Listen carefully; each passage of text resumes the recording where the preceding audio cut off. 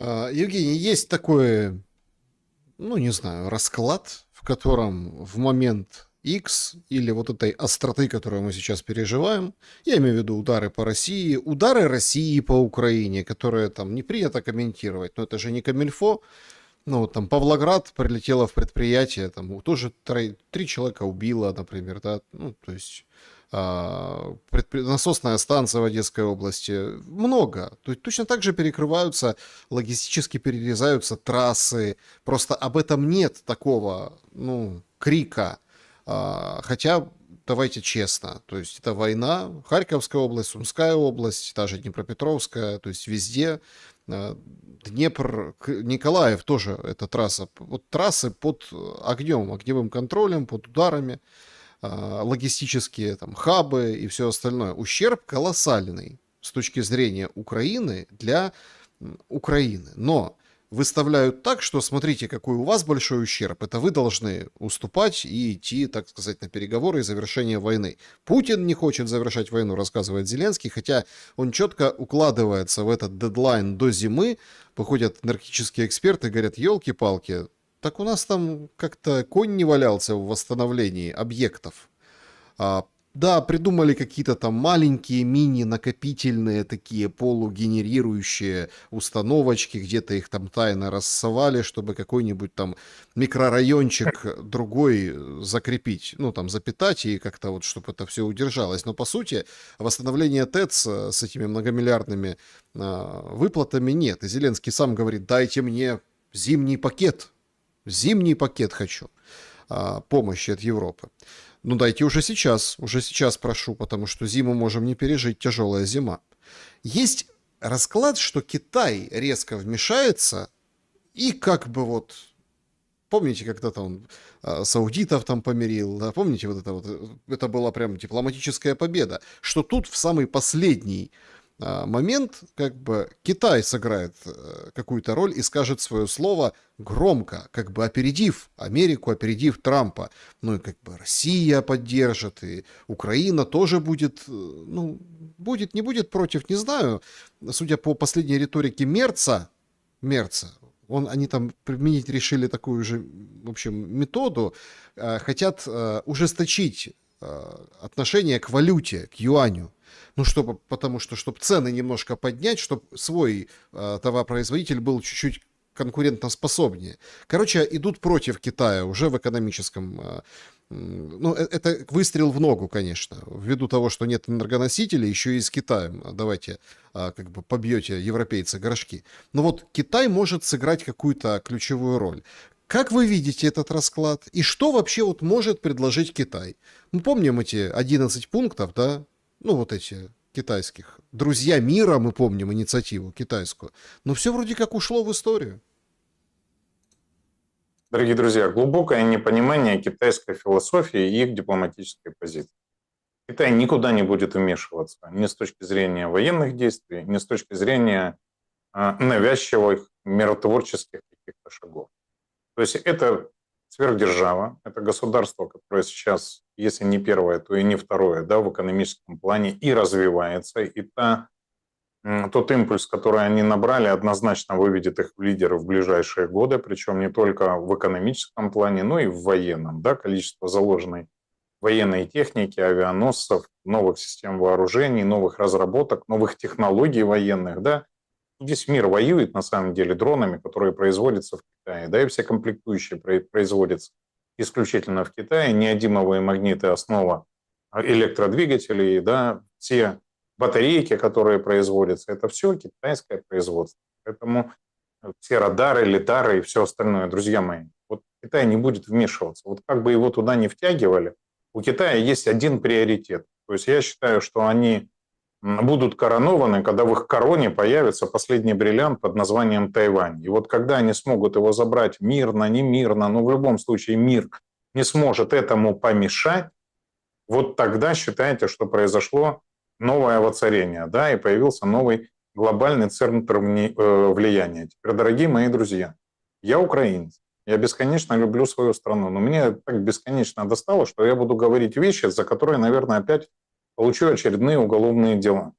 Дорогие друзья, вы почему решили, что медведя можно пинать? Россия сверхдержава. Россия обладает 6-й частью суши. Россия обладает 1/3 всех мировых ресурсов и запасов на Земле. Россия обладает 1-м ядерным потенциалом. Вы почему решили, что ей нужна какая-то помощь? Смотрите, Россия могла бы запретить точно так же публиковать поражение ее объектов, как это сделала Украина, Катар, Арабские Эмираты, когда началась война в Иране. Конечно, могла. Вы же постоянно говорите, что это цитадель зла, да, и там диктатура, там правит ужасный режим Путина. Но могли бы они запретить, как вы думаете, с ужасным ФСБ публикацию, да, попаданий по московскому заводу, да? Ну, вы бы также скупо читали сводку, куда прилетает по Украине. Нет, По Украине каждый день оттуда прилетают дроны. постоянно Каждый кричат: день. запретите, запретите, они запрещают. А Тем не белые, менее, а почему белые не списки запрещают? вводят. Давайте я буду объяснять. Да. Просто нашим зрителям, вашей аудитории. Вот смотрите, Россия могла применить ядерное оружие и во время отступления, да, из Херсона, да, и вообще в любой день на протяжении этих 4 лет. У нее были все для этого основания, была нарушена ее доктрина. И то, что она это не сделала, это не означает ее слабость. И вот эти все подстрекательства, ну давайте, ну посмотрим, да они этого никогда не сделают. Да кто вам сказал? Ну просто, смотрите, применение ядерного оружия, да, это соответствующая ответственность, это есть договоренность внутри ядерного клуба, да, и это возможные последствия. Но главное другое. Это же ответственность. Нельзя применить ядерное оружие так, чтобы не пострадало большое количество мирного населения. И то, что его не применили, надо говорить спасибо. Да, то, что во главу угла ставятся какие-то гуманные цели, а не даже внутренние, да, социально-политическая ситуация в стране, там, амбиции внутренние. Как вы думаете, у людей, у которых есть пистолеты, вот когда их оскорбляют, там, пинают, и они его не достают, это почему происходит? Может быть, потому что не хватает внутреннего стержня. Но опять-таки все происходит до поры. И вот я думаю, что это публикуется и показывается для того, чтобы весь мир видел, что Россия терпит, Россия избегает. Но когда-нибудь наступит момент, да, после которого уже невозможно будет избегать. И то, что сейчас идут провокации, да, там ставится под сомнение дееспособность российской власти, да, там, или ее мускулинность, да, это всего лишь такая же антикомпания избирательная, учитывая выборы, которые пройдут в России. Хотя я тоже думаю, что на это никак не повлияет. Более того, это не окажет никакого влияния на социально-политическую ситуацию в России. Но попытки все равно идут. То, что Россия часто проигрывает в информационном поле, ну, мы свидетели, наверное, с первого дня. Да? То есть, ну, в этом британцы мастера спорта номер 1 и 95-й квартал тоже достаточно известный продакшн, который, ну, показал свою компетентность, снимая и комедии, и трагедии, да, и всевозможные художественные фильмы. Да, и автор в 95-м квартале действительно шикарный. Поэтому то, что так более эффективно работает украинская, да, ЦЕПСО, это факт. Но это не отменяет главного. Друзья мои, с Россией всех, кто в уме, а это и Соединенные Штаты, и многие другие страны, считаются, понимая, да, какие средства доставки они имеют. Я имею в виду ракетоносители, да, какие боеголовки, сколько их в снаряженном состоянии, всем известно. Все договора, ДСНВ и так далее, совместные инспекции, которые проводились, дают полное представление членам ядерного клуба о возможностях 9 стран, которые в него входят. И Россия, поверьте, занимает в этом передовую позицию.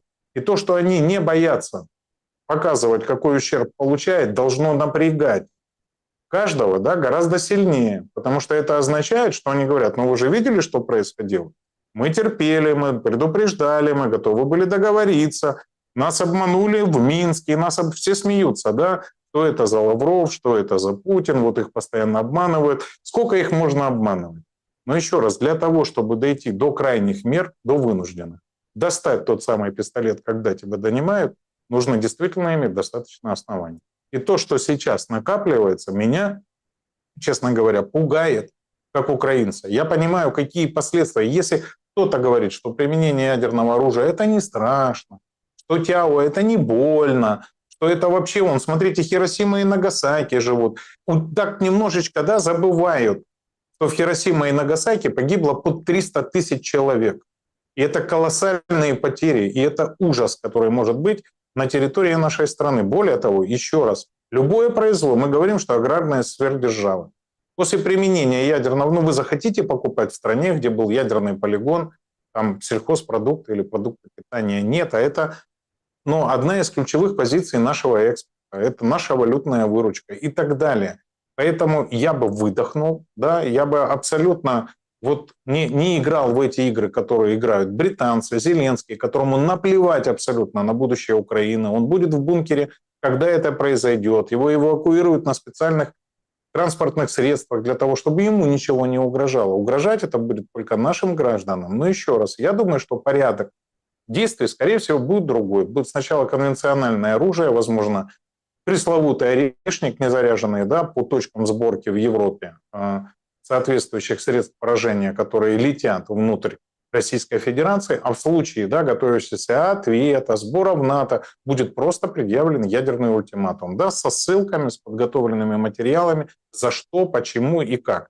Если вы думаете, что в России не понимают, что Зеленский не принимает ключевых решений, да, что на самом деле войну ведет Е3, Германия, Франция и Великобритания в первую очередь, да, с присоединившимися скандинавами и теми, кто входит в глобальные проекты, работают над его сохранением, да, и бьются против перехода от старого миропорядка к новому, который уже неизбежен, то вы ошибаетесь. Россия это четко понимает, да, и просто сейчас точно такие же ведутся переговоры внутри ее союзников, да, или стран, которые относятся к ней нейтрально и в которые они продают условно и нефть, и газ, я имею в виду сейчас глобальный юг, Индию, Китай, основных потребителей. И если там будет консенсусом принято понимание, что Россия использовала все дипломатические возможности, да, что все механизмы сдерживания нарушены, что все линии красные перейдены, я даже не хочу думать, что может быть. Я Евгений, надеюсь, что закончится все на уровне ультиматума, все побегут. Вы говорите, Зеленский просит пакеты, памперсы пускай просят с подогревом на зиму. Потому что на самом деле последствия могут быть колоссальные. Да, я понимаю, что и часть России может быть в блокауте, но Украина точно в нем будет. Потому что столько, сколько у нас выбили генерирующих мощностей, то, как наладан дышит транспортная система, я имею в виду энергосистема Украины, да, понятно, что при подходе могут быть вообще фатальные последствия. Да? Плюс, смотрите, Зеленский провоцирует новыми ударами по очистным сооружениям, насосным станциям в Крыму. Симметричный ответ. Ведь мы видели, да, с чего началась инфраструктурная война, да, и энергетическая война. Она началась с первых ударов Украины, да, по наливным терминалам Российской Федерации. Ответ пошел по энергосистеме Украины. Да, у Украины нет просто нефтезаводов, перекачивающих станций, да, которые легко воспламеняются и обеспечивают такую картину.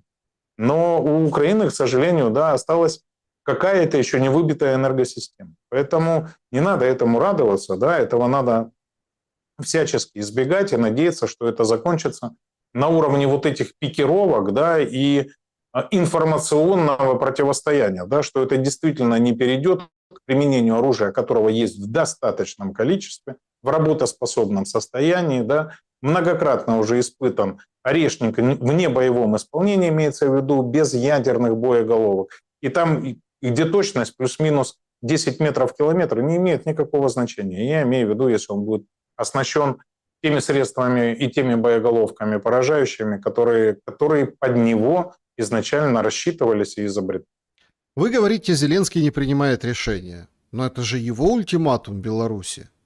Истекает этот ультиматум, проходят вот эти дни, и насколько там видно эту ситуацию, то, судя по всему, он нанесет дроновый удар по вот этим ретрансляторам неким, которые там запустили историю, что ее как-то так тихо сбивали. Но тогда люди, думающие, задают вопрос: если вы когда-то тихо снимали на территории Беларуси какие-то ретрансляторы, то почему сейчас надо громко снимать? Если ударят по предприятиям белорусским, НПЗ и не только, удобрения, которые изготовляют предприятиям, да, то есть что тогда последует? И это такая самодеятельность Зеленского? Или это действительно, скажем, такая разнарядка? Саш, Вот еще раз пытаюсь объяснить вам и вашей аудитории. Вы понимаете, я понимаю, что вы делаете свою работу профессионально и пытаетесь, сейчас не занимать никакую позицию, да, выясняя мою позицию. Поэтому Зеленский петрушка. То есть надо понимать, что в его заднице чья-то рука, и она открывает рот. И этот рот ему открывают британцы и немцы. Те, кто девочку ужинает, те ее и танцуют. Это известная фраза, это известное понимание. Еще раз повторяю. Украина имеет дефицит бюджета порядка 5 миллиардов. Все дроны, которые сейчас поражают территорию Украинской Федерации, Российской Федерации, оговорка по Фрейду, да, были бы федерации, не было бы войны. В Российской Федерации все комплектующие производятся в Европейском Союзе и собираются в Украине. То есть вот это как бы наше, да, производство, оно все равно состоит из китайских запчастей, там и импортного ПО, где-то модернизированного частично, да, в Украине, в зависимости от средств поражения. Именно дальние, они, во-первых, используют спутниковую сеть НАТО, они используют связь, которая, опять-таки, да, обеспечивается Соединенными Штатами, вернее, Илоном Маском, да, и оплачивалась до определенного времени поляками. Тоже сейчас посмотрим, как будут развиваться события. Возможно, конфликт с Польшей, да, закончится тем, что поляки перестанут платить за Starlink, а Маск дальше эту ситуацию не продлит. И тогда все удары по территории России будут крайне затруднены. Если вы обратили внимание, да, где-то было заседание, где Путину задавали вопросы и говорили, что, в принципе, у Украины такие успехи, потому что у них есть спутниковая сеть Starlink, да, что России нужны такие же аналоги, и Путин там ответил, что они формируются, когда-то будут сформированы, или они существуют на данный момент, сейчас не важно. То есть, смотрите, связь, деньги и комплектующие, да, на самом деле система вооружения, которые поражают, они все приходят извне. Это все игра внешних игроков, и это четко понятно и России, и мы с вами должны понимать. Поэтому то, что Зеленский говорит, он доигрывает свою роль в обмен на гарантии безопасности, в обмен на гарантию своевременной эвакуации, защиты его близких и его капитала. Поэтому обращать внимание на его слова не надо. Надо понимать, что значит это видение Европы. Теперь давайте смотреть на конфликт, планируемый с Беларусью. Вот линия фронта, которая сейчас находится между российскими и украинскими войсками, 1200 километров. Граница между Украиной и Белоруссией – это 1084 километра. То есть если сейчас гипотетически любым способом втянуть Белоруссию в конфликт, это будет означать увеличение линии фронта фактически в 2 раза. А значит, будет необходимо увеличивать контингент, который должен будет эту линию каким-то образом прикрывать. Предполагать, что Белоруссия вступит в сухопутную войну, будет проводить какие-то серьезные операции против Украины, наверное, нерационально, поскольку, насколько я видел данные официальные, да, сухопутная численность вооруженных сил, да, порядка 20 тысяч у Белоруссии и порядка 50, все вооруженные силы, включая ПВО и остальное. Да, возможно, их больше, но не критично. Да, учитывая, что сейчас сухопутная группировка Украины порядка 450 тысяч, а армия от 88 до 900, я видел разную оценку. Мы понимаем, что потенциалы несопоставимы, но это если бы страны воевали между собой. Сейчас такая же группировка, да, противостоит украинским войскам, и и украинские войска полностью задействованы по уже существующей линии. То есть какие-то тыловые резервы, я не думаю, что они могут угрожать реально Беларуси. Значит, скорее всего, Зеленский предполагает поражение, да, определенных производств, которые задействованы в ВПК, возможно, предприятия ТЭКа, которые есть в Беларуси, и дальше развилку, да, то есть либо Лукашенко должен будет проводить мобилизацию у себя внутри, либо задавать вопрос союзному государству, Российской Федерации, да, что понятно, что мы пострадали из-за того, что у вас конфликт с Украиной, да, тогда надо будет эту группировку просить, которая сможет противостоять украинским войскам, у Российской Федерации. И тогда Россию ставить перед выбором, проводить дополнительную мобилизацию или нет, есть ли у России резервы, которые смогут заткнуть эту дыру или нет, или переходить на новую ступень эскалации, применяя оружие, которое размещено в Белоруссии, которое там было испытано. Если вы помните, проходили ядерные учения, неоднократно белорусский президент Александр Григорьевич Лукашенко говорил о том, что да, в случае нападения на Беларусь, а у него рука не дрогнет. И у него рука может не дрогнуть. Или кто-то сомневается? Я бы не испытывал, да, судя по тому, как он реагировал на вызовы, которые были инспирированы внутри Беларуси, да, попытка проведения цветных революций у него, да, он лично участвовал, и он понимал последствия для себя и для страны, если он этого делать не будет. И заднюю не дал. Поэтому Почему предполагать сейчас, никто, что он это сделает, сложно. да, почему никто не поднимает вопросы о ДКБ, связи с Китаем, не только там условно Россию. Консультации с Путиным Песков анонсировал, скоро будет по этому вопросу. Я так понимаю, перед ультиматумом нас тоже ожидает какая-то информационная вспышка или какие-то там перед концом ультиматума, да, какая-то вот такая история. Ну, смотрите, ну, казахи вообще-то обязаны ехать защищать Беларусь, да, как и другие страны ОДКБ. Китай, у которого много интересов в Беларуси, тоже обязан помочь, но уже не просто там продать какие-то 3D-принтеры и какие-то там, не знаю, заправки для 3D-принтеров самые разные, да, и какие-то там чертежи, детальки, вентиляторы какие-то и какие-то дрончики. Помочь прям помочь, потому что потерять Беларусь для Китая, ну, тоже не особо хорошо ввиду этих ворот в рынок Европы. Саша, ну, во-первых, Беларусь для Китая, между Китаем и Беларусью подписано много совместных соглашений, в том числе и по безопасности. Во-вторых, не только Беларусь, но и Украина входила в проект «Один пояс, один путь», и конфликт в Украине как раз развитию этого проекта и помешал. И я надеюсь, что после окончания этого конфликта мы обязательно продолжим эту программу, потому что она предполагает строительство очень серьезной инфраструктуры, и портовой, и железнодорожной, и транспортной, и логистических предприятий. И я думаю, что это будет один из драйверов развития Украины. И я уже неоднократно, да, со многими участниками этого проекта встречался, обсуждал, и они заинтересованы в продолжении этого проекта, и он обязательно будет реализован, когда у Украины появится нормальная прагматичная власть. Но я хочу еще раз сказать, Саш, у России достаточно сил, чтобы закончить конфликт не только в Украине, но и на всей земле раза 4 эдак к ряду. То бишь надо понимать, что у него достаточно средств поражения, чтобы уничтожить землю несколько раз. Ему не нужна ничья помощь, ни Казахстана, ни Китая. И на самом деле ядерный потенциал у России гораздо мощнее, чем у Китая, ну, в 8 раз, да, если так понимать. Поэтому никто унижаться и опускаться не будет. Поэтому Россия и называет это специальной военной операцией, чтобы не задействовать, не проверять своих союзников, да, чтобы не ставить их в неудобное положение и не становиться в неудобное положение самому. Потому что, еще раз повторяю, при принятии определенных решений, да, они могут выключить свет на континенте в 1 секунду. Просто стереть с лица земли. Им не нужна помощь. Они в ней не нуждаются. Вот как это, тут сколько раз это надо сказать? Друзья мои, я украинец, и у меня волосы шевелятся, когда я об этом думаю. Когда я думаю о том, какие дебилы управляют европейскими государствами, да, Великобританией, Украиной, да, на какие провокации они идут. Ведь, еще раз повторяю, можно бесконечно загонять кого угодно в угол. Просто ответ будет разный. Ответ может быть совершенно разный. И этот ответ может быть финальным для того, кто в угол загоняет. И если человек, да, или если страна, государство, да, которое постоянно загоняют, до сих пор к этому не прибегло, это не значит, что этого не будет завтра.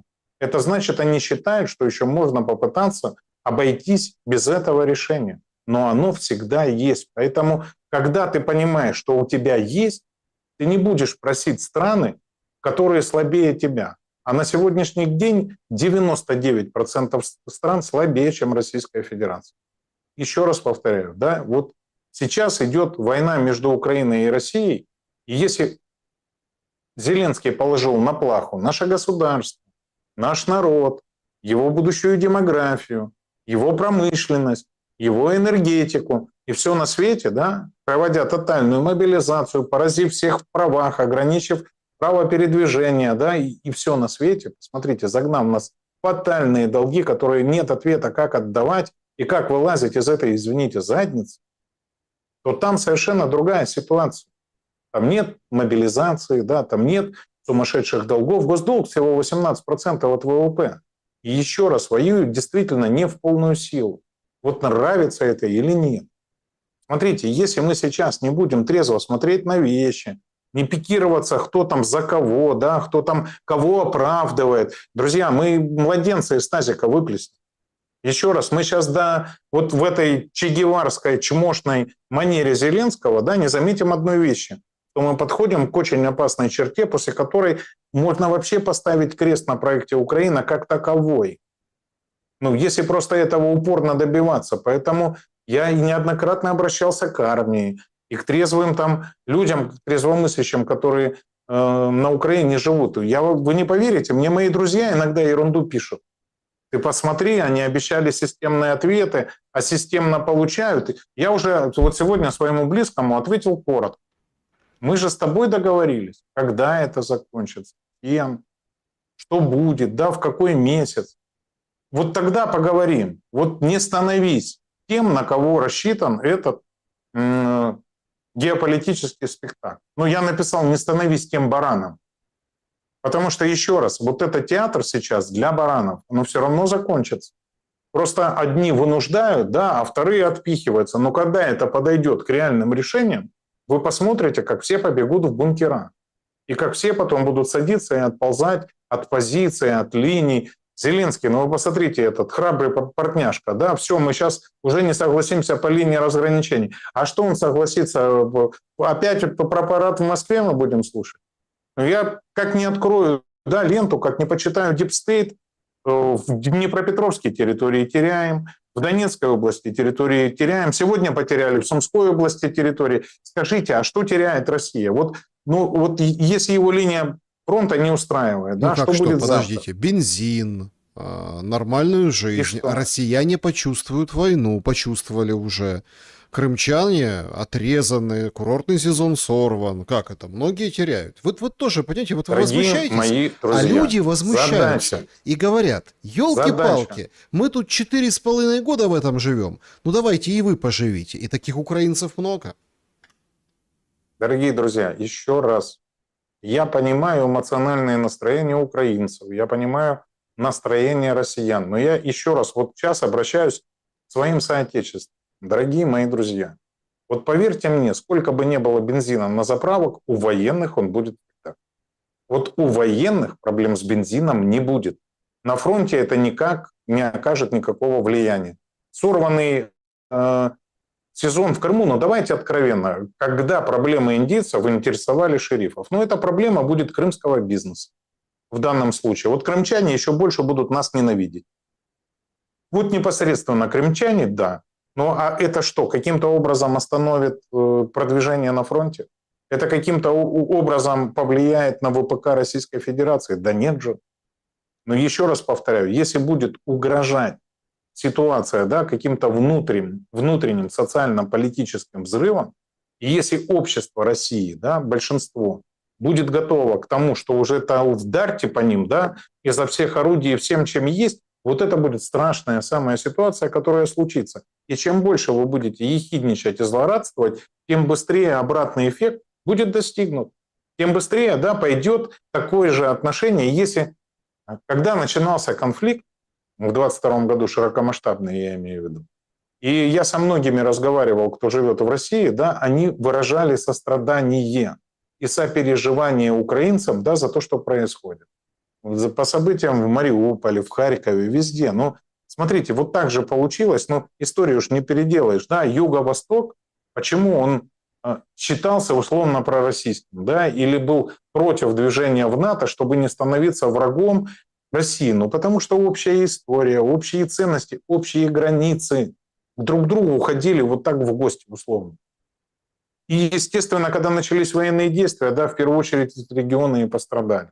Почему произошла смена электоральных настроений? Да, там социология начала показывать, что как бы вот людей, которые лояльно относились там, к российской власти или Российской Федерации, становилось меньше. Но потому что объективные причины ведения войны по линии соприкосновения, да, это как раз и была государственная граница между двумя нашими странами. Поэтому, друзья мои, вот чем больше мы сейчас будем ловиться на удочку Зеленского, да, тем больше шансов того, что произойдет непоправимое. Зачем это Европе и зачем это Великобритании? Ответ простой. Потому что после применения, да, вот этих средств вооружения, скорее всего, мы никогда, да, не найдем повода помириться.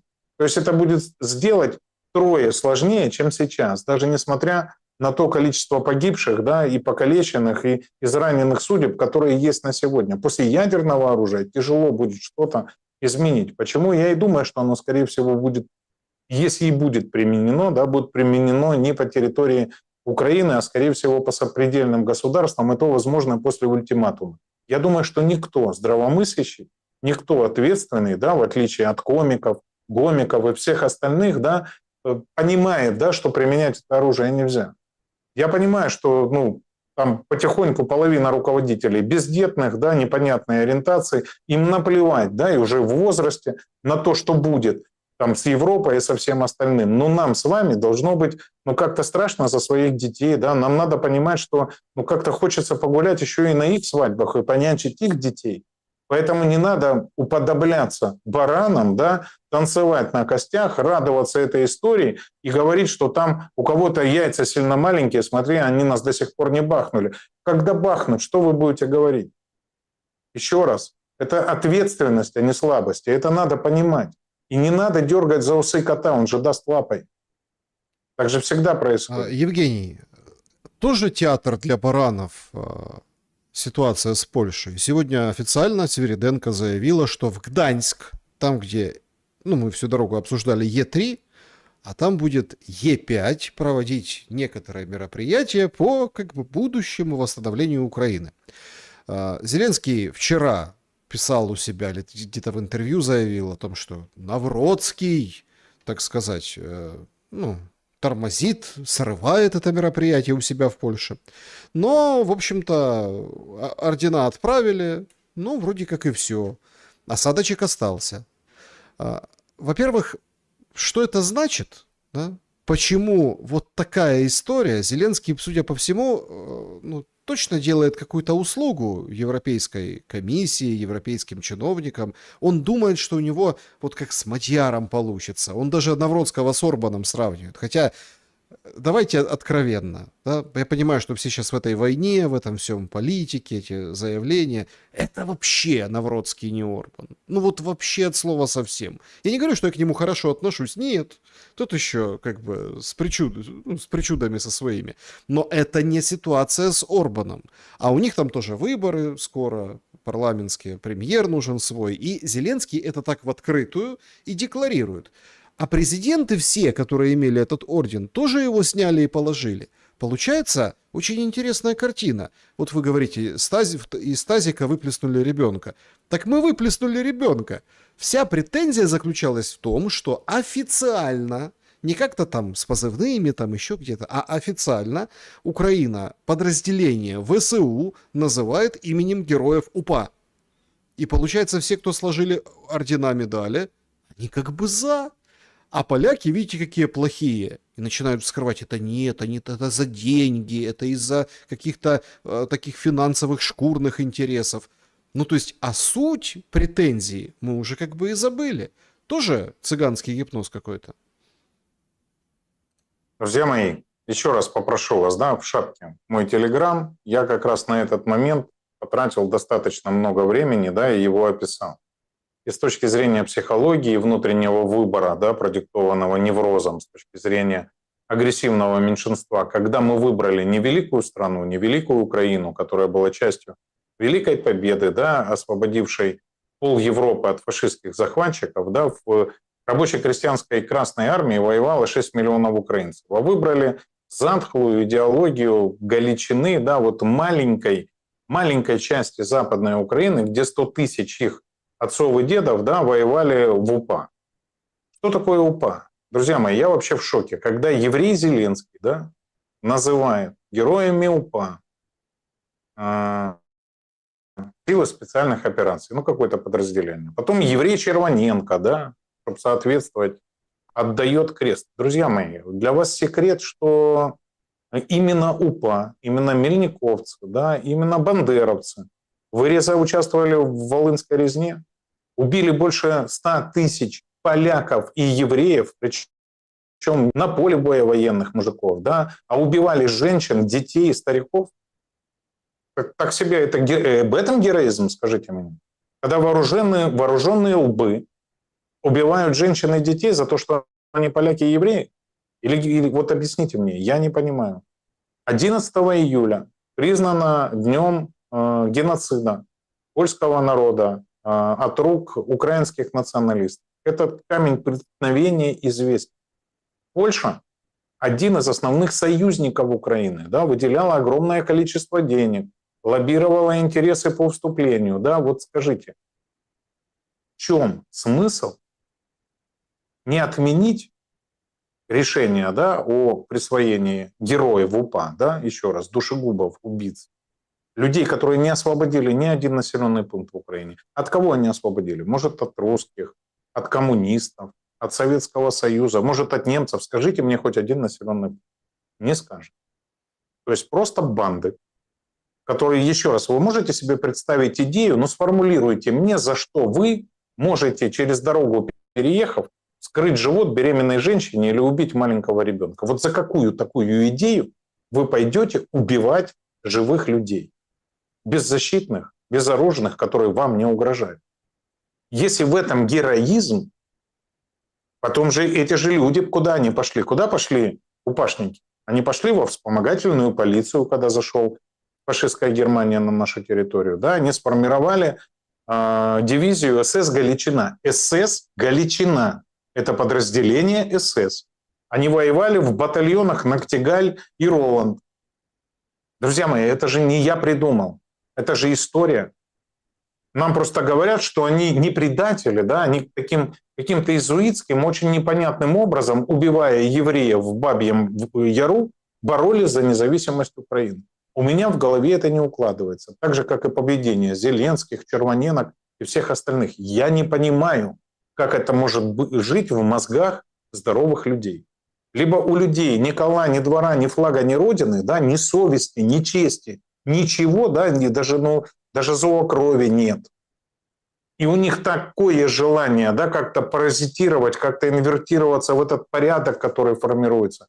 Но это не от большого ума, я вам скажу. И это однозначно позор для страны. И все это можно было закончить. Да, можно было тихо, дипломатически отменить это название и продолжать дальше. Но нет. Вы посмотрите, это превратили в перформанс. Это продолжает дальше доминировать. Но я вам скажу почему. Потому что, во-первых, Зеленский понимает, что после окончания войны ни одного дня он тут не будет.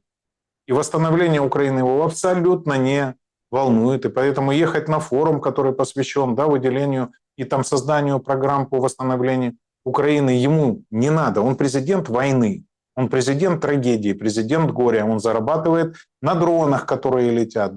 Да, потому что, вам же уже говорил один из депутатов, который в «Слуге народа», да, что основные производства принадлежат Миндичу, Арахамии, да, Штиллерману, опять-таки подельник, да, Миндича, из которого они хотели сделать кэш-аут. То есть так или иначе они принадлежат Зеленскому. И он зарабатывает на войне, и выполняя функции, он получает гарантии безопасности. Поэтому, друзья мои, это трагедия и катастрофа. И то, что Польша сейчас занимает такую крайнюю позицию, ее занимает не только Польша.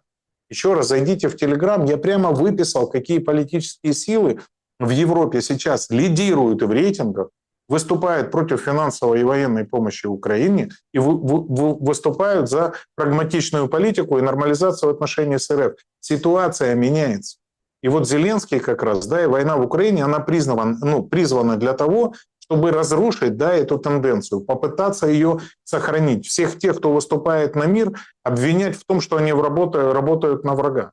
Вот это же известная формула. Я вас очень прошу, умнейте, трезвейте, начинайте спокойно относиться к ситуации.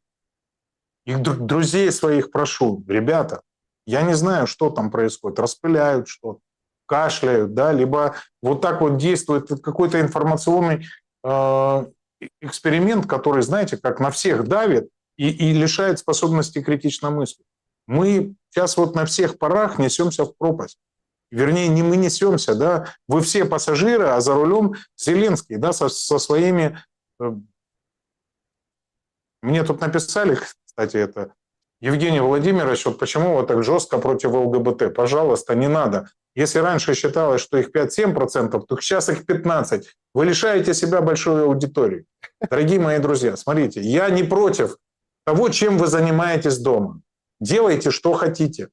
Просто не учите моих детей плохому. Да? Мои дети воспитаны в традиционных православных ценностях. Они знают, что Боженька не от обезьяны мы произошли, да? А Всевышний создал Адама и Еву для того, чтобы у них были дети, потому что у мальчиков дети не получаются. Вот как ни старайся. У девочек тоже. Поэтому я не против того. Вы, пожалуйста, пользуйтесь своими естественными, в неестественных, да, каких-то потребностях. Но не навязывайте это нам. Но если вы посмотрите сейчас, кто управляет миром, люди, у которых просто детей не может быть априори. Это и Рюте, это и многие руководители европейских государств, да, и они поэтому, ну, я не знаю, такое чувство, вот, что какое-то идет программирование, да, на самоуничтожение. Нам это не надо. Жизнь прекрасна. Я очень надеюсь, да, что большинство людей, от которых это зависит, это понимают, поэтому я относительно спокоен, говорю, что они вмешаются, они точно, не хотят потерять свое имущество, свои доходы, да, и они точно хотят, чтобы этот мир продолжался. И то рабство, которое они для нас создали, да, в виде ипотек, кредитов и всего остального, ну, просто измененная форма рабства, да, как, где вы работаете за еду и жилье, оно как-то дальше продолжало существовать при видимой демократии. Ну, вы знаете, по поводу традиционных ценностей, две ремарки. Значит, Украинская энциклопедия истории говорит о том, что существовала Колковская республика на Волыни, там 2500 километров даже называются такую, скажем, территорию, 7-8 месяцев. Но если брать село Колки, то там это, в общем, 4 месяца где-то, 4,5. В июне 43-го года. Они там кого-то вытеснили, мол, немцев вытеснили. Ну, те потом подтянули артиллерию всех, в общем-то, и потом всех пересажали, в общем, перебили. То есть воевали с немцами на Волыни. Колковская республика была 4 месяца, то есть вытеснили. С советским воевали подпольно, никто ничего не освободил, никто ничего не... И то, как освободил, нет понимания освободил, именно, ну, вы поняли, то есть, да, контроль был какой-то территории, да, на Волынской области. Это одна ремарка. А вторая ремарка, и она более существенная, мы сейчас перейдем к вопросам зрителей. Все же помнят, да, что у нас в стране руководят гадалки. И вот одна из главных ведьм страны рассказала жуткие подробности об одном из министров. Ну, не называла, понятно, министров. В общем, рассказывала, как она на политиков, ну, в общем-то, оказывала, ну, не знаю, можно сказать, что это оказывала услуги, но ей предлагали деньги за это, ну, то есть, да, и она там, в общем, и писала, и какала на них в процессе оказания услуг, и, в общем-то, так сказать, и вот, ну, понятно, что это загадка, кто же это мог быть. Ну, и тут начинается, кто кому не нравится, тот сразу берет этот фрагмент откровения этой гадалки и, в общем-то, говорит, что это один министр, второй политик, третий депутат, ну, в общем, такая история. Вообще, конечно, парадоксально. И это в стране, где, вот вы правильно говорите, что всем, как бы, такое ощущение, распыляют что-то. Значит, у нас был этот маршал ГБТ, и параллельно, это возле института Шевченко Красного корпуса, и параллельно марш на Майдане. Я, негативно я отношусь к популяризации ЛГБТ, тут мы с вами солидарны. Но я просто, когда сравнивал две картинки, я бы лучше на марше ЛГБТ оказался.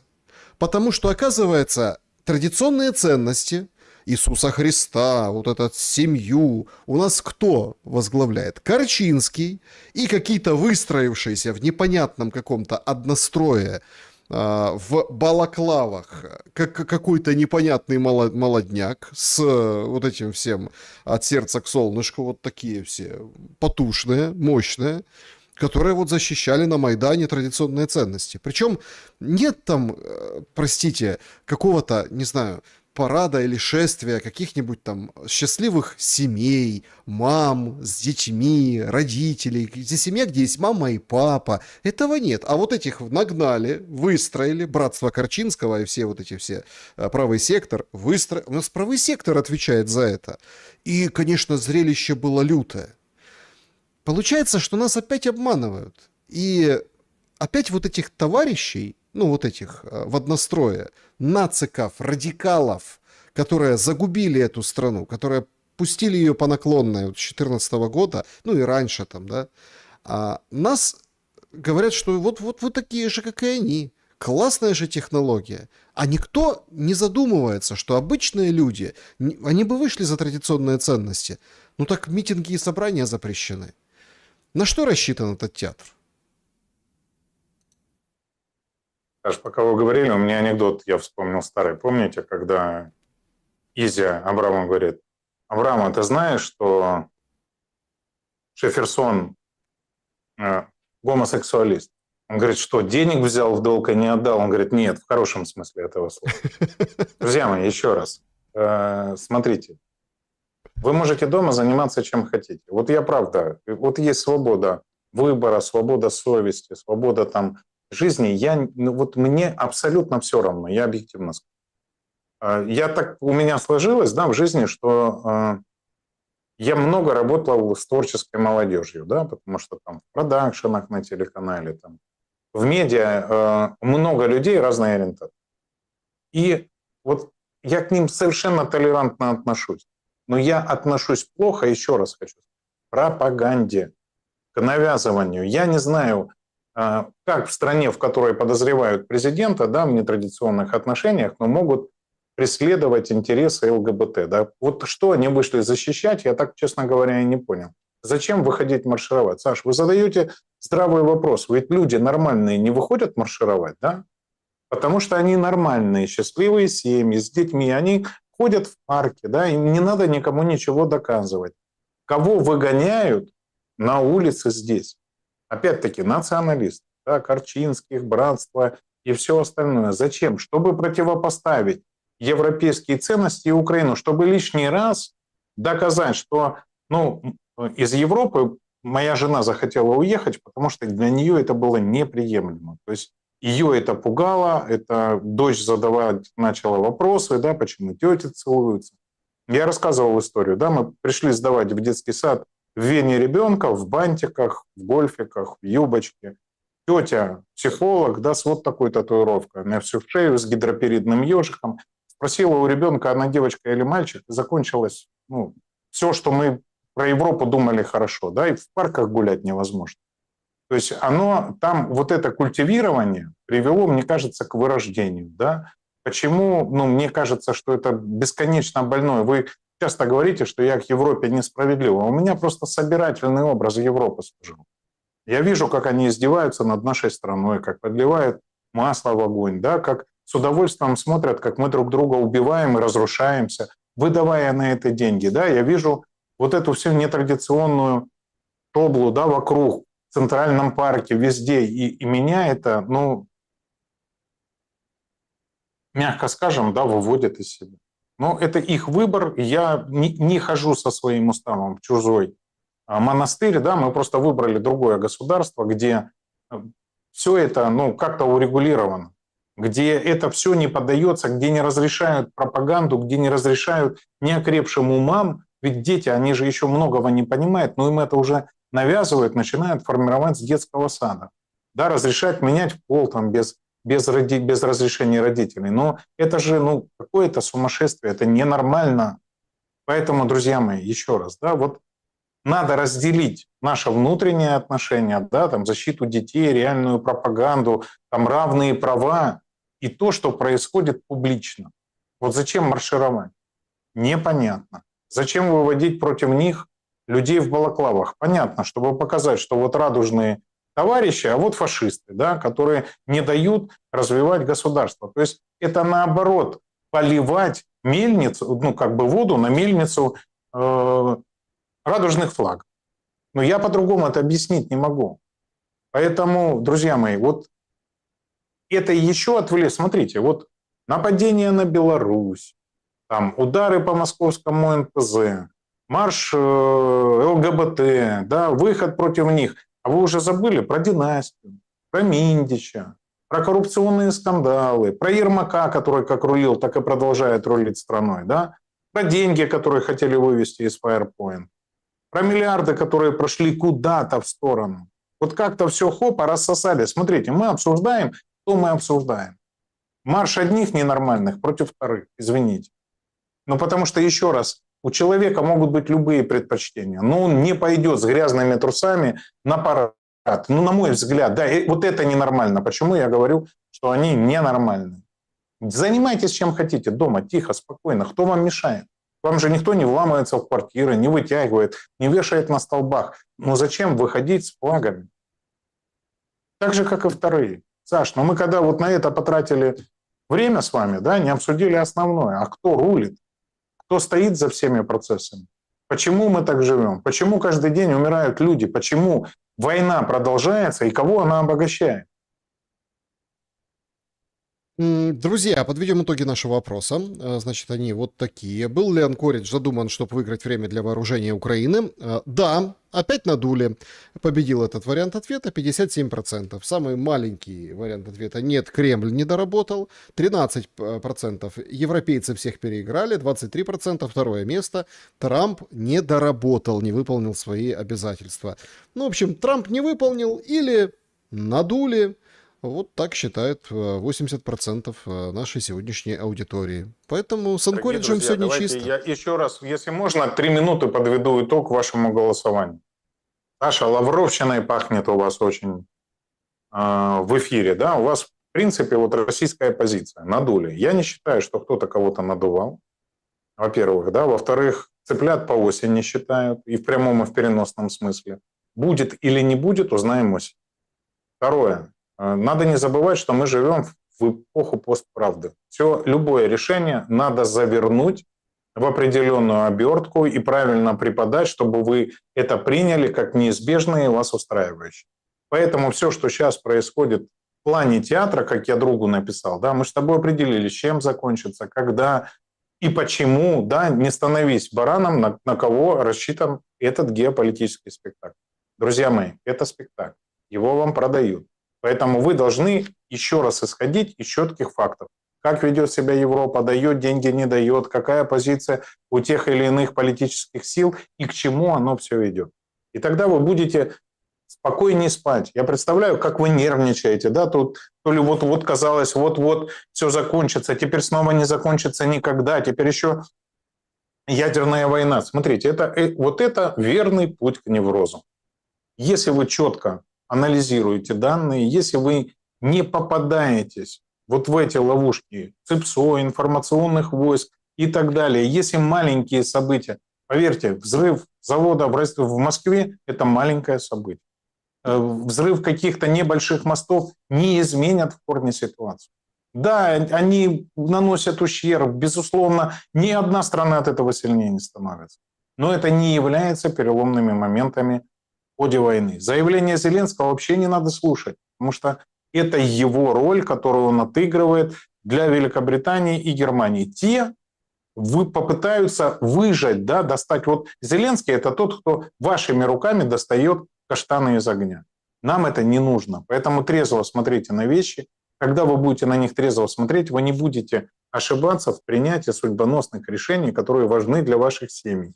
Уехать, вернуться, отправить детей учиться, инвестировать, не инвестировать. Я понимаю, почему вы смотрите информационные каналы, почему вы нас слушаете.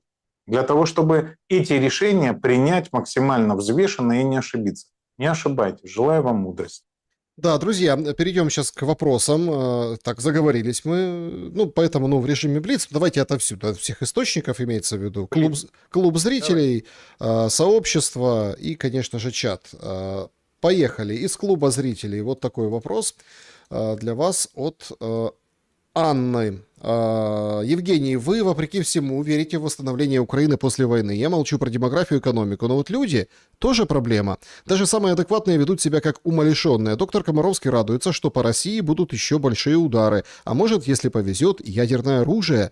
И это при том, что поколение тех, кому он лечил ветрянку и сопли, лежат на многокилометровых кладбищах и продолжают их пополнять. Но видите, нужно еще больше. Как вы собираетесь работать с зомбаками? И что это такое? Большой социальный и психологический эксперимент Запада по сведению с ума целой нации? Или как? Отвечу быстро. С Комаровским знаком лично. Более того, он лечил и старших моих детей в свое время. И я считаю его относительно разумным, адекватным человеком. Я сомневаюсь, что он радуется, да, поражениям, там, может быть, Гордон где-то на него покашлял, и это вот передается воздушно-капельным путем, они иногда общаются. Но думаю, что это скорее у вас, ну, впечатление от его интервью как раз с Дмитрием, да, это больше его риторика. А касательно того, как работать с людьми надо просто честно разговаривать. Когда мы получим доступ к телевидению, к нормальным площадкам, к общенациональному диалогу, мы сядем, все посмотрим, все покажем, все расскажем, поймем, кто на войне зарабатывал, кто чем был мотивирован, да, ради чего это происходило геополитически. Вот шило в мешке не утаишь. И когда люди узнают правду, я думаю, мы сможем нормализовать и отношения, да, и найти средства для на восстановление страны. У меня есть целая программа, но с сентября начну об этом рассказывать. Да, ну и вообще, конечно, мы очень много страшного узнаем. Это тоже надо к этому потихоньку готовиться. Тут все говорят инопланетяне, там делают всякие видео, как он там, Трамп ходит с какими-то высоченными нордиками, инопланетянами, там тарелки, все. Вот смотрите, это будет такой же шок в масштабах там Украины, когда мы узнаем эту подноготную, да, кто где, чего и как по поводу этой войны. И кто вообще управлял ударами, направлял, целился, какие. А узнаем. Не все, но много чего узнаем.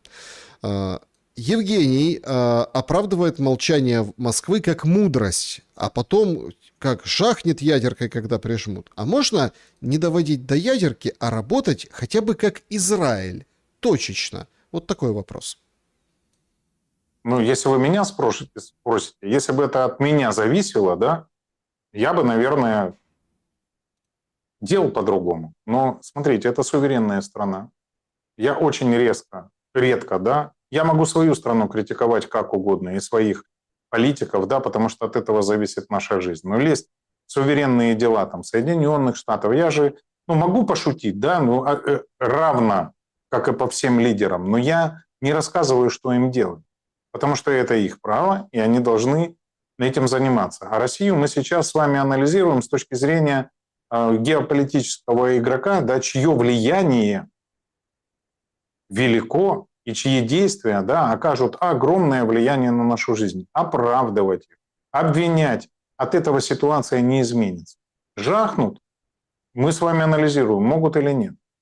Но еще раз, если бы они это сделали раньше или выставили ультиматум, могла ли война закончиться? Могла, но мы не знаем целей, которые ставили перед собой. Вы же тоже, вот о чем Александр сказал. Мы с вами поговорим, а какие цели реально стояли во время начала тех или иных событий. Чем это должно закончиться, да? Что стоит за реальными, не словами, а за реальной мотивацией. Да, чего на самом деле из этого конфликта и не только на территории Украины, и на Ближнем Востоке хотят выжить Соединенные Штаты, Европейский Союз, Китай и Россия. Вы забываете, что у этих игроков интересы далеко за пределами их границ. Поэтому не оправдываю, не ругаю, просто анализирую вместе с вами. Делаю это открыто и прямо. Евгений Владимирович, при полном понимании несамостоятельности украинской власти, а как удивляться истории с белыми орлами, логично предположить, что это заказ. Вот если рассматривать как заказ, чей и зачем? Спасибо. Ну, смотрите, я увидел всю агентуру на самом деле украинскую. Смотрите, Зеленский отказался. Потом отказывается Кучма. Посмотрите, у меня в Телеграме пост про Кучму. Я вот когда это увидел, эту мерзость, да, 87-летнего человека, я вспомнил все. От приватизации до назначения Ющенко, премьером назначил Кучма, потом выдал дочку замуж за американского проводника интересов Пинчука, да, который на самом деле, смотрите, проводник интересов Сороса, главный спонсор благотворительного фонда семьи Клинтон, да, а Хиллари Клинтон была кандидатом от республиканского, демократическая партия в президенты, то есть он проводник США, да, интересов здесь. Потом третий тур.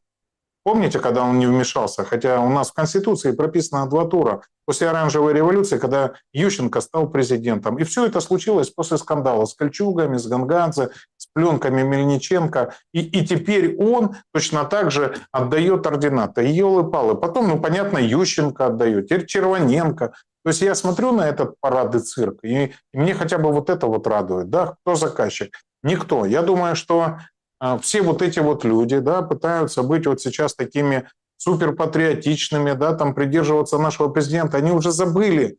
И я, кстати, мне кто-то даже в комментарии, да, к этому посту скинул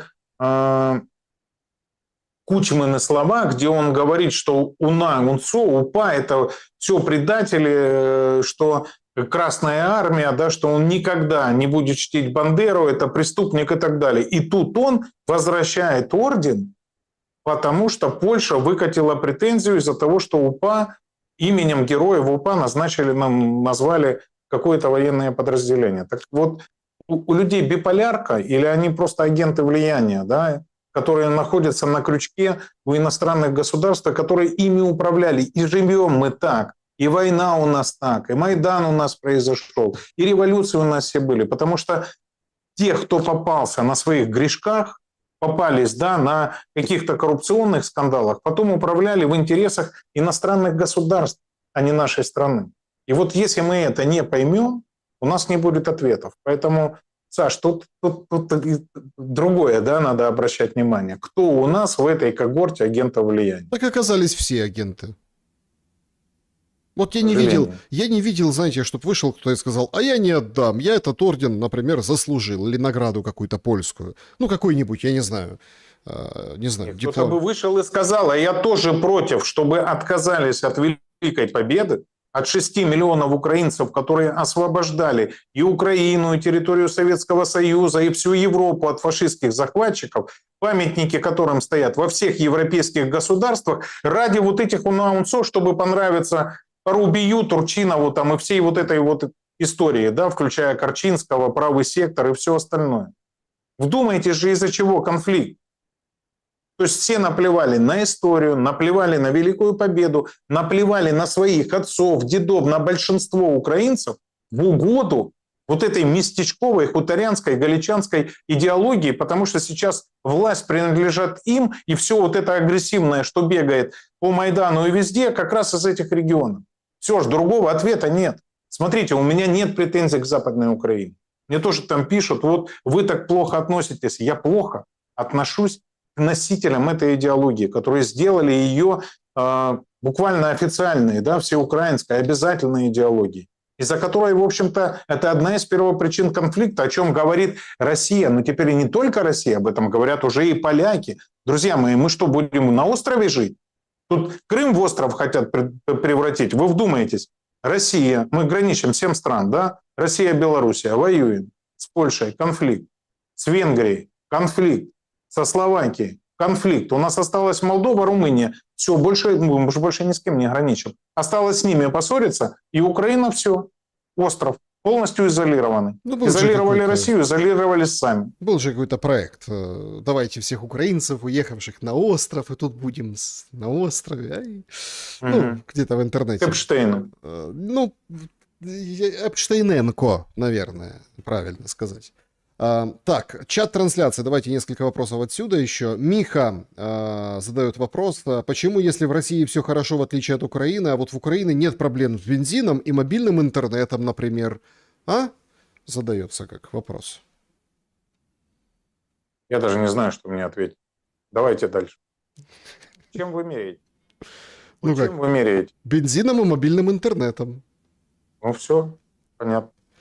Смотрите, я не думаю, что это критерии, по которым надо вообще судить происходящее. Надо судить, в Украине полностью попрана свобода перемещения, свобода слова, закрыты партии, телеканалы, моноэфир. Людей ловят как собак и отправляют на фронт. Людей убивают в ТЦК, да, в бусиках душат, убивают в этих приемниках, хранят в непонятных условиях. О чем вы говорите вообще? Как вообще что-то можно сравнивать? И при этом мы уничтожаем друг другу на потеху Западу. Вы вот дальше давайте. Так, Евгений, может быть провокация на ядерный удар России или Беларуси для того, чтобы передать Украине ядерку? Задает вопрос пользователь. А кто должен передать? Вот давайте ответим. Бриты. Вот смотрите, боеголовок у Франции 220, у Великобритании, если я не ошибаюсь, 180. У России под 6 тысяч. Вот что они передадут? Если кто-то передаст, ну представьте, Россия начнет раздавать, да, всем странам в периметре, включая Кубу, Венесуэлу, там, Иран и все остальное. Но вы так рассуждаете, как будто это какая-то история в кармане перевез, да?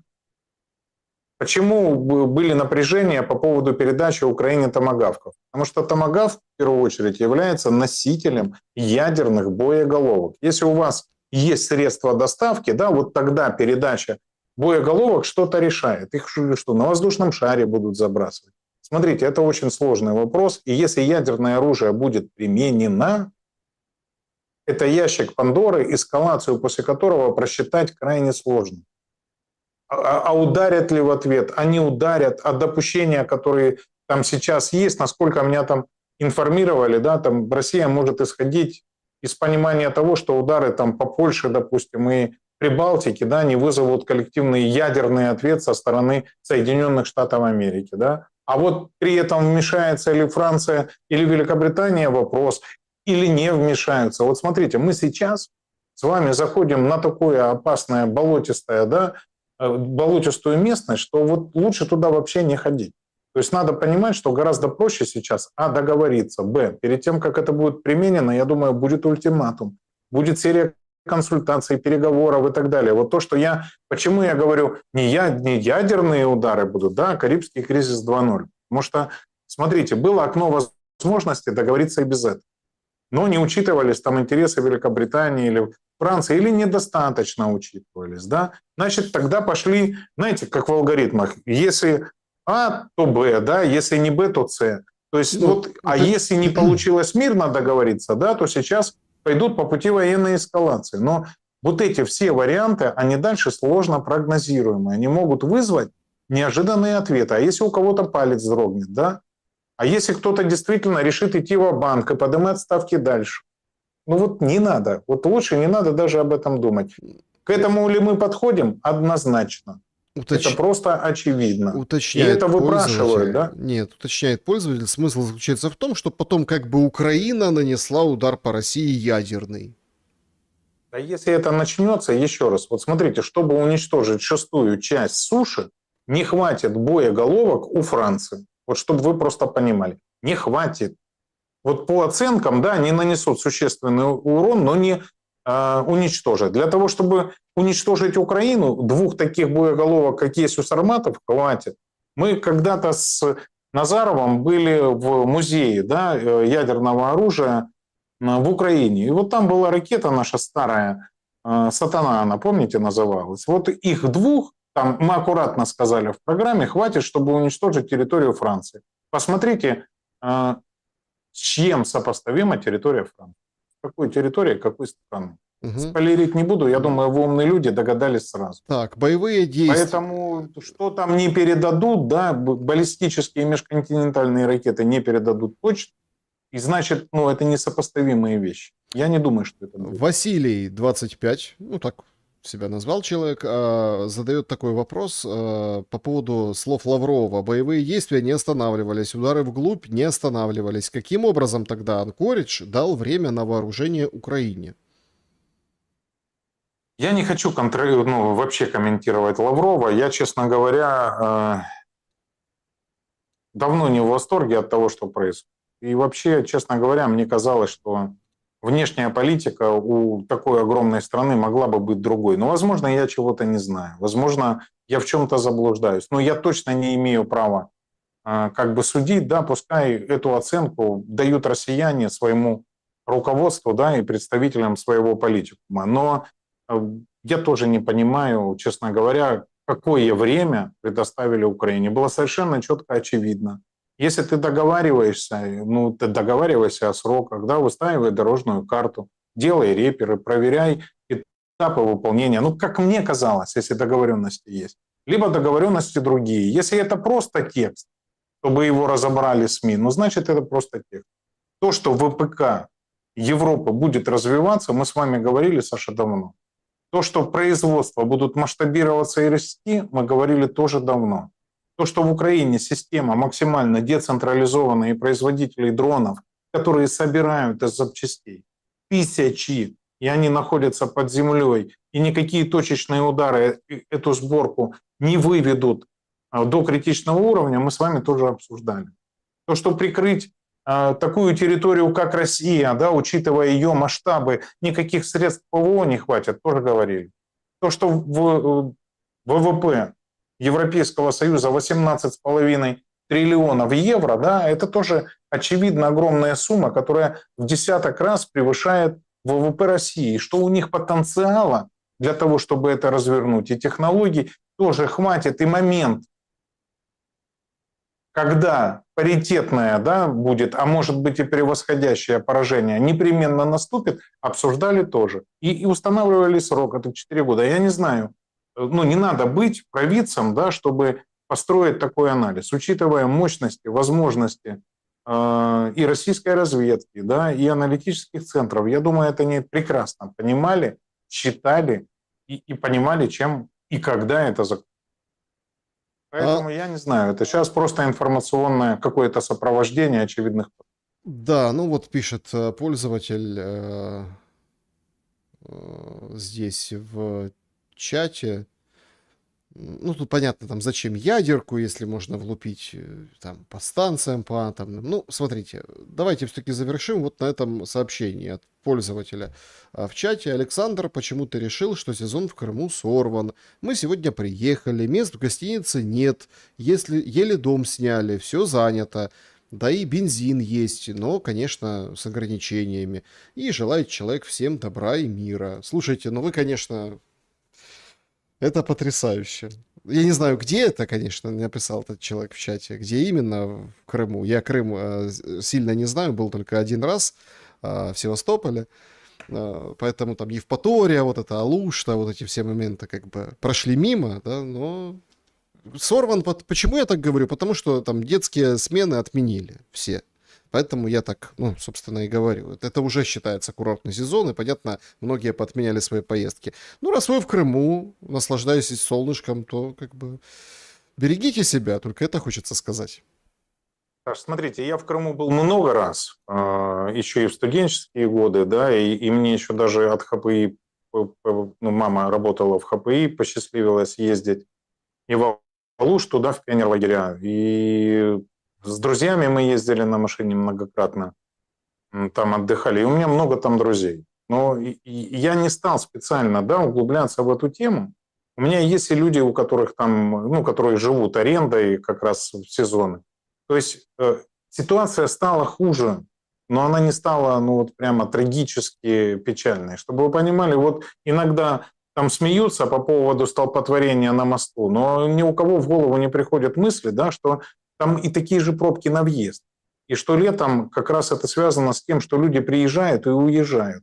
То есть однозначная ситуация. Однозначно сегодня там поразили какие-то объекты энергетики, да, и там веерные отключения. Но поверьте мне, да, в 150-миллионной стране всегда найдутся люди, которые туда все равно едут отдыхать. Во-первых, потому что сложно куда-то выезжать, других мест нет, кроме Сочи. Но еще раз, да, вот так вот методом простого прозвона «Алло, алло, как дела?» не трагично. Хуже, но не трагично.